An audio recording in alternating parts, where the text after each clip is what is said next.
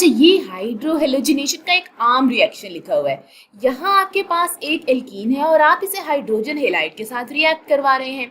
फिर यहाँ पर ये हाइड्रोजन आपके डबल बॉन्ड के एक सेट पर शामिल हो रहा है और एक हाइड्रोजन डबल बॉन्ड के दूसरे सेट पर यानी दूसरी तरफ शामिल हो रहा है। चलिए इस रिएक्शन के मैकेनिज्म को देखते हैं। तो यहाँ हमारे पास हमारा एल्कीन है और हमारा हाइड्रोजन हेलाइड है। जैसे कि यहाँ आप हाइड्रोक्लोरिक एसिड के बारे में सोच सकते हैं। तो ये ताकतवर एसिड सॉल्यूशन में प्रोटॉन अतिया करेगा। यहाँ पर ये हाइड्रोजन हेलाइड एसिड के तौर पर काम करेगा और एल्कीन बेस के तौर पर काम करेगा।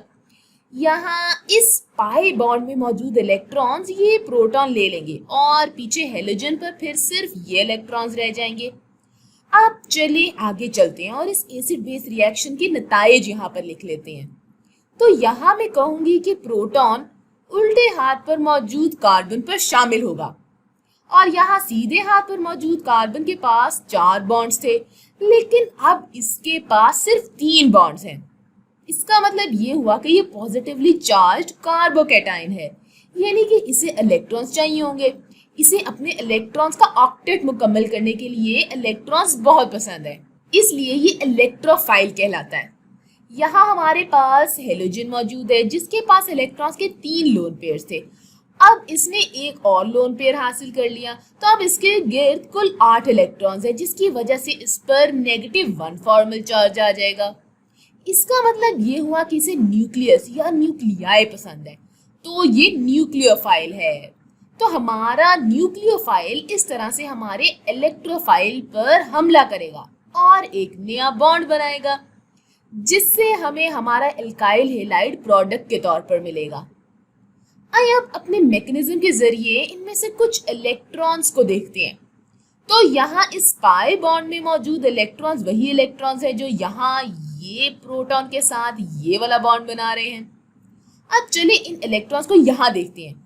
तो यहाँ ये इलेक्ट्रॉन्स वो हैं जो हमारे हेलोजन पर खत्म हो गए हैं और मैंने यहाँ इस तरह से इन्हीं इलेक्ट्रॉन्स को कार्बन और हेलोजन के दरमियान बॉन्ड बनाने के लिए मुंतखब किया। तो ध्यान रहे कि आप इलेक्ट्रॉन्स को इस मैकेनिज्म में ठीक से देख रहे हो और साथ साथ इन्हें बैलेंस कर रहे हो। अब चलिए असल मसले की तरफ चलते हैं जो कि पूरे मैकेनिज्म में हो रहा है। तो यहाँ इस रिएक्शन को देखें। ये मेरा एल्कीन है और मैं इस एल्कीन को हाइड्रोक्लोरिक एसिड के साथ रिएक्ट करवा रही हूँ। मैकेनिज्म के पहले स्टेप में पाई इलेक्ट्रॉन्स बेस के तौर पर काम करते हैं और इस प्रोटॉन को ले लेते हैं और फिर क्लोरीन में से इन इलेक्ट्रॉन्स को निकाल देते हैं। अब यहाँ हमारे पास एक मसला है कि मैं प्रोटॉन किस तरफ शामिल करूँ। यहाँ मेरे पास 2 इख्तियारात मौजूद हैं। मैं प्रोटॉन को इस ऊपर वाले कार्बन पर भी शामिल कर सकती हूँ। तो चलिए इस ऊपर वाले कार्बन में प्रोटॉन शामिल कर देते हैं, फिर देखते हैं कि ऐसा करने से हमें क्या मिलता है। तो अगर मैं इस ऊपर वाले कार्बन पर प्रोटॉन शामिल कर दूं तो यहाँ ये मेरा मिथाइल ग्रुप मौजूद है और यहाँ ये प्रोटॉन है जो मैंने शामिल किया है। फिर यहाँ मैंने सिर्फ इस कार्बन से बॉन्ड निकाला है, तो यहाँ ये मेरा कार्बोकैटायन होगा। अच्छा, तो बताएं कि ये कार्बोकैटायन किस किस्म का है। ये कार्बन दूसरे 2 कार्बन से जुड़ा हुआ है, तो जाहिर सी बात है कि ये सेकेंडरी कार्बोकैटायन है। अब चले देखते हैं कि अगर मैं प्रोटॉन दूसरे कार्बन पर शामिल करूं तो फिर क्या होता है। अगर मैं यहाँ इस कार्बन पर प्रोटॉन शामिल करती हूँ तो फिर मुझे क्या मिलेगा। तो मेरा मिथाइल ग्रुप अभी भी यही मौजूद है। मैंने अब की बार प्रोटॉन इस नीचे वाले कार्बन पर शामिल किया है, तो अब ये मेरा कार्बोकैटायन है। ये यहाँ मेरा पॉजिटिवली चार्ज कार्बन है। अब ये कार्बोकैटायन किस किस्म का है। ये पॉजिटिवली चार्ज कार्बन दूसरे 3 कार्बन से जुड़ा हुआ है। इसका मतलब ये हुआ कि ये टर्शरी कार्बोकैटायन है। अब हम जानते हैं कि टर्शरी कार्बोकैटायन सेकेंडरी कार्बोकैटायन से ज्यादा स्टेबल होता है, तो टर्शरी कार्बोकैटायन सेकेंडरी कार्बोकैटायन के मुकाबले में ज्यादा तेजी से बनेगा। अब मैकेनिज्म के दूसरे स्टेप में क्या होगा। खैर, तो यहाँ हमारा क्लोरीन नेगेटिवली चार्ज हो गया था, है ना, तो ये न्यूक्लियोफाइल के तौर पर काम करेगा। इलेक्ट्रॉन्स का ये लोन पेयर इस कार्बन पर हमला करेगा और हमारा प्रोडक्ट बनाएगा। तो चलिए अब आगे चलते हैं और यहाँ अपना प्रोडक्ट बना देते हैं। हमारे प्रोडक्ट के पास मिथाइल ग्रुप होगा और फिर ये क्लोरीन होगा जो इस कार्बन से जुड़ा हुआ होगा। इसका मतलब ये हुआ कि हेलोजन ज्यादा सब्स्टिट्यूटेड कार्बन पर शामिल होते हैं। ये असूल मार्क मार्कोवनिकोव्स रूल कहलाता है। क्या कहलाता है? Markovnikov's rule. मैंने बहुत कोशिश की कि मैं इस असूल को उर्दू में लिख लूं, लेकिन मैं नाकाम हो गई। इसको इसी तरह ही याद कर ले, मार्कोवनिकोव्स रूल। और अगर आप चाहें तो आप इसको खुद उर्दू में लिख कर देखें, और अगर आप लिख सकें तो मुझे भी जरूर दिखाइएगा। हेलोजन ज्यादा सब्स्टिट्यूटेड कार्बन पर शामिल होते हैं। इसकी वजह यह है कि ज्यादा सब्स्टिट्यूटेड कार्बन वो होते हैं जिनके पास मैकेनिज्म में ज्यादा स्टेबल कार्बोकैटाइन होते हैं। तो चले यहाँ पर एक और मैकेनिज्म करते हैं। जब भी आपके पास कार्बोकैटाइन मौजूद होता है तो आपके पास रीअरेंजमेंट भी हो सकती है। तो अब ऐसा एक मैकेनिज्म देखते हैं जिसमें कुछ रीअरेंजमेंट हो। तो इसे एल्कीन के तौर पर लेकर शुरू करते हैं और इसे एक बार फिर हाइड्रोक्लोरिक एसिड के साथ रिएक्ट करवाते हैं। पहले स्टेप में पाई इलेक्ट्रॉन्स बेस के तौर पर काम करेंगे। ये इलेक्ट्रॉन्स क्लोरीन पर धकेले जाएंगे। तो आप किस तरफ आप प्रोटॉन को शामिल करेंगे? हम प्रोटॉन को डबल बॉन्ड के उल्टे हाथ पर भी शामिल कर सकते हैं और हम प्रोटॉन को डबल बॉन्ड के सीधे हाथ पर भी शामिल कर सकते हैं। हम जानते हैं कि हम सबसे ज्यादा स्टेबल कार्बोकैटाइन बनाना चाहते हैं, तो यहाँ डबल बॉन्ड के सीधे हाथ पर प्रोटॉन शामिल करना ठीक होगा, क्योंकि ये हमें ये वाला कार्बोकैटाइन देगा। तो ये किस किस्म का कार्बोकैटाइन है? चलिए इसकी शनाख्त करते हैं। ये कार्बन दूसरे दो कार्बन से जुड़ा हुआ है, लिहाजा ये सेकेंडरी कार्बोकैटाइन है। अगर हमने प्रोटॉन डबल बॉन्ड की उल्टी तरफ शामिल किया होता तो यहाँ हमारे पास प्राइमरी कार्बोकैटाइन होता। तो सेकेंडरी कार्बोकैटाइन ज्यादा स्टेबल होता है। क्या हम टर्शरी कार्बोकैटाइन बना सकते हैं?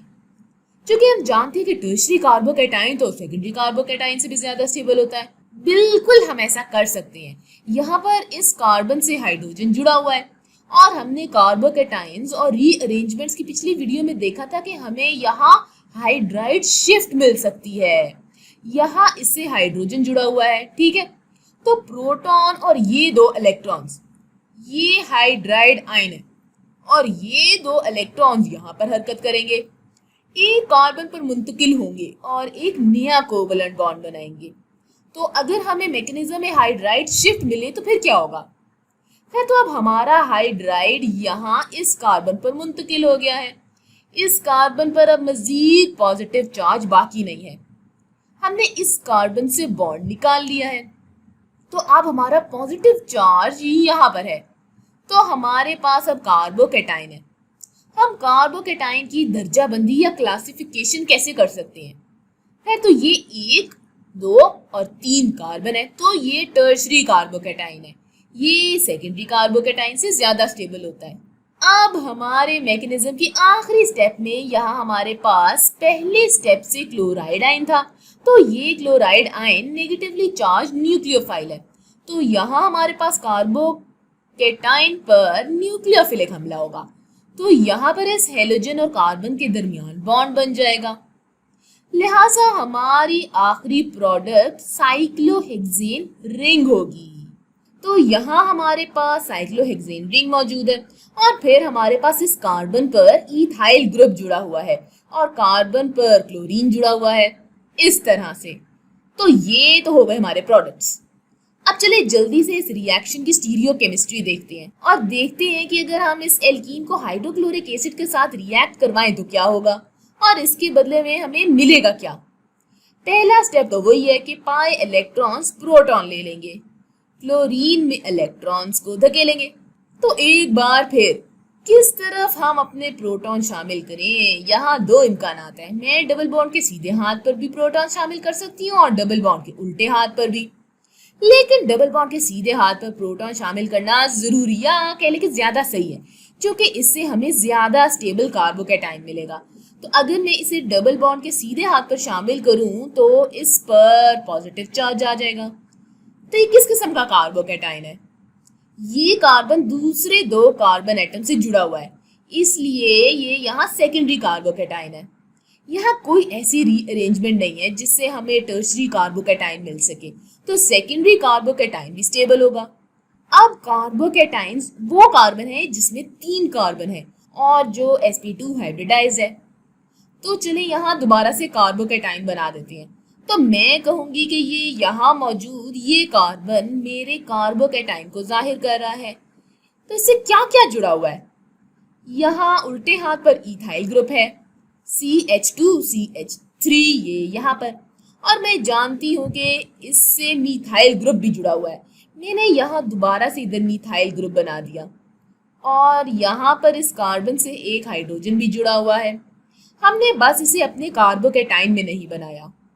अब मैं जानती हूँ कि ये कार्बन sp2 हाइब्रिडाइज्ड है और इसका मतलब ये हुआ कि ये इस कार्बन पर एक अनहाइब्रिडाइज्ड ऑर्बिटल मौजूद है। तो मैं यहाँ इस तरह से अपना p ऑर्बिटल बना देती हूँ। और चलिए मैं इस बात को यकीनी बनाती हूँ कि सबको एहसास रहे कि ये मेरा कार्बोकैटाइन है। तो sp2 हाइब्रिडाइज्ड कार्बन का मतलब ये है कि इस sp2 हाइब्रिडाइज्ड कार्बन से जुड़े एटम्स एक ही प्लेन में मौजूद हो। हम ट्राइगोनल ज्योमेट्री की वजह से अपने कार्बोकैटाइन को फ्लैट भी तस्वीर कर सकते हैं, यानी चिपटा हुआ। तो जब यहाँ हमारा क्लोराइड आयन भी आ जाता है तो ये एक फ्लैट कार्बोकैटाइन दिखाई देता है, ये नेगेटिवली चार्ज्ड है। तो जब ये क्लोराइड एनाइन न्यूक्लियोफिलिक हमारे कार्बोकैटाइन पर हमला करता है तो इसके पास दो ऑप्शंस होती हैं। ये यहाँ ऊपर इस प्लेन से भी हमला कर सकता है। तो चलिए देखते हैं कि यहाँ हमारे पास क्या है। हमारा कार्बन क्लोरीन के साथ इस तरह से एक नया बॉन्ड बनाएगा और फिर यहाँ उल्टे हाथ पर हमारे पास ये CH2CH3 मौजूद होगा। फिर हमारे पास एक हाइड्रोजन होगा जो हमारी तरफ बाहर आ रहा होगा और फिर हमारे पास एक मिथाइल ग्रुप होगा जो हमसे दूर जा रहा होगा। तो एक इम्कान तो ये है। अब अगर ये क्लोराइड आयन नीचे से हमला करे तो फिर क्या होगा? ऐसा होना भी तो मुमकिन है ना? अब चूंकि ये एक चिपटा कागज जैसी सतह या प्लेन है तो 50% इम्कान है कि ये ऊपर से हमला करेगा और 50% ही इम्कान है कि ये नीचे से हमला करेगा। तो अगर ये नीचे से हमला करे तो फिर हमें क्या मिलेगा? तब हमें एक ऐसा कार्बन मिलेगा जो कि यहाँ इस क्लोरीन के साथ एक नया बॉन्ड बनाएगा। फिर यहाँ उल्टे हाथ पर हमें एक इथाइल ग्रुप मिलेगा, ये CH2CH3। फिर हाइड्रोजन होगा जो कि हमारी तरफ बाहर आ रहा होगा और फिर एक मिथाइल ग्रुप होगा जो कि हमसे दूर जा रहा होगा। तो अगर आप इन प्रोडक्ट्स को देखें तो ये कायरलिटी सेंटर है। यहाँ मौजूद इस कार्बन के पास 4 मुख्तलिफ ग्रुप्स हैं जो कि इससे जुड़े हुए हैं। ये sp3 हाइब्रिडाइज्ड है, यही चीज इस ग्रुप के साथ भी है। तो ये दोनों दरअसल एक दूसरे के मिरर इमेजेस हैं, एक दूसरे के non super imposable mirror images, यानी ये एक दूसरे के ऊपर नहीं आ सकते, ये एक दूसरे के इनैंशियोमर्स हैं। चलिए देखते हैं कि हम इसका डॉट स्ट्रक्चर बना सकते हैं या नहीं। अगर आप अपनी आंख यहाँ पर रखें और अपने कायरलिटी सेंटर को देखें तो यहाँ ये कौन सा एनैंशियोमर है? खैर तो ये मेरा कायरलिटी सेंटर कार्बन है। और अगर मैं इसे यहाँ इधर से देख रही हूँ तो यहाँ उल्टे हाथ पर ये इथाइल ग्रुप होगा, ये CH2CH3, और सीधे हाथ पर मिथाइल ग्रुप होगा। ये हाइड्रोजन मेरी तरफ खला में बाहर आ रहा होगा और क्लोरीन खला में मुझसे दूर जा रहा होगा।